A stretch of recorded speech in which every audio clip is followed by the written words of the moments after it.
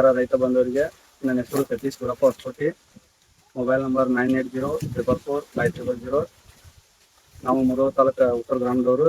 ನಾವು 6 ವರ್ಷದಿಂದ ಕಬ್ಬು ಬೆಳೆಯಾಕ್ತಿದ್ದೀವಿ. ನಮ್ಗೆ ಬೀಜದ ಆಯ್ಕೆ ಸಂಬಂಧ ರೋಹಿಣಿ ಬಯೋಟೆಕ್ದವ್ರಿಗೆ ಕಾಂಟ್ಯಾಕ್ಟ್ ಮಾಡಿದ್ದೀವಿ.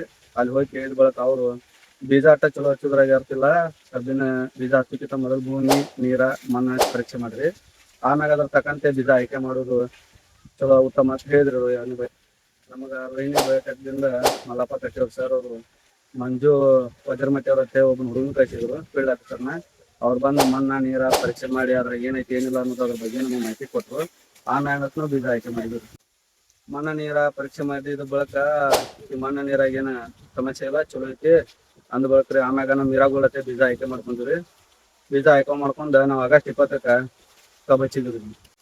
ಕಬ್ಬು ಹಚ್ಚೋತ್ ಮುಂದೆ ಮಂಜುನಾಥ್ ವಜ್ರಮಟ್ಟಿ ಫೀಲ್ಡ್ ಆಫೀಸರ್ ನಮ್ಮ ಹೊಲಕ್ಕೆ ಬಂದು ಏನೈತಿ ಸಾಲ್ ಕೊರದಿಂದ ಅದಕ್ಕೆ ತಳಗೊಬ್ಬರ ಏನು ಹಾಕ್ಬೇಕು ಅನ್ನೋದು ಅವರೆಲ್ಲ ಹೇಳಿದ್ರು. ಆ ರೀತಿ 24-24-01 ತಿಂದ್ರಿ 3 ವಿಕೋ ಕನೆಕ್ಟ 1 ಮೈಕ್ರೋ ಪವರ್ ಮಿಕ್ಸ್ ಮಾಡಿ ಕಬ್ಬು ಹಚ್ಚೋತ್ ಮುಂದೆ ಕಬ್ಬು ಗೊಬ್ಬರ ಹಾಕಿ ಅದನ್ನ ಕಬ್ಬು ಹಚ್ಚಿದ್ವಿ. ನಾವು ಕಬ್ಬು ಹಚ್ಚಿದ 21 ದಿವಸಕ್ಕೆ ಭೂಮಿ ಅಂತೇಳಿ ಡ್ರಂಚ್ ಮಾಡಿದ್ವಿ. ಡ್ರಂಚ್ ಮಾಡಿದ ಬಳಕ ಏನೈತಿ ಮಳಿಕೆಲ್ಲ ಸರಿಯಾಗಿ ಹೊರಗೆ ಬಂತು. ಅಗದಿ ಉತ್ತಮ ಮಳಿಕೆ ಬಂದಿತ್ತು ಬರೋಣ. ಅದಾದ್ಮ್ಯಾಗ 45 ದಿವಸಕ್ಕೆ ಸಕ್ಸಸ್ ಕಿಟ್ ಅಂತ ಹೇಳಿ ಡ್ರಂಚ್ ಮಾಡಿದ್ವಿ. ಡ್ರಂಚ್ ಮಾಡಿ ನೀರು ಹಾಸಿದ ಬಳಕ ಎಲ್ಲ ಮರಿ ಸಂಖ್ಯೆ ಬತ್ತು, ಉತ್ತಮವಾಗಿ ಮರಿ ಹೊರಗೆ ಬಂತು ಎಲ್ಲ.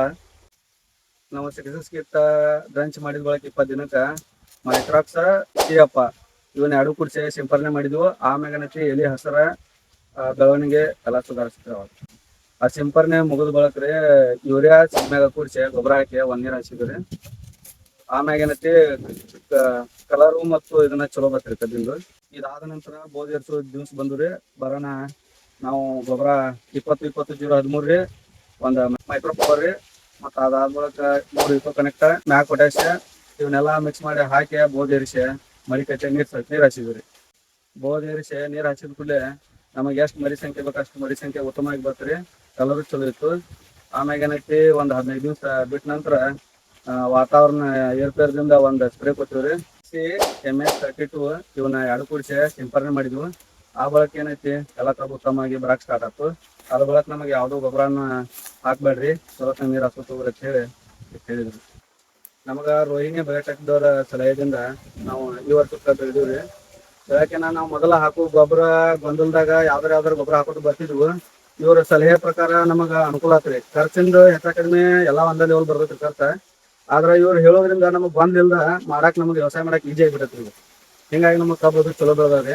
ರೋಹಿಣಿ ಕಂಪನಿಯವ್ರ ಸಲಹೆ ಮೇರೆಗೆ ನಾವೆಲ್ಲ ಇದನ್ನ ವ್ಯವಸಾಯ ಮಾಡಿದ್ರಿಂದ ನಮಗ ಪ್ರತಿ ವರ್ಷದಕ್ಕಿಂತನೂ ಒಂದ್ ಸ್ವಲ್ಪ ಹೆಚ್ಚು ಇಳುವರಿ ಅಂತ ಸಿಗತೈತಿ.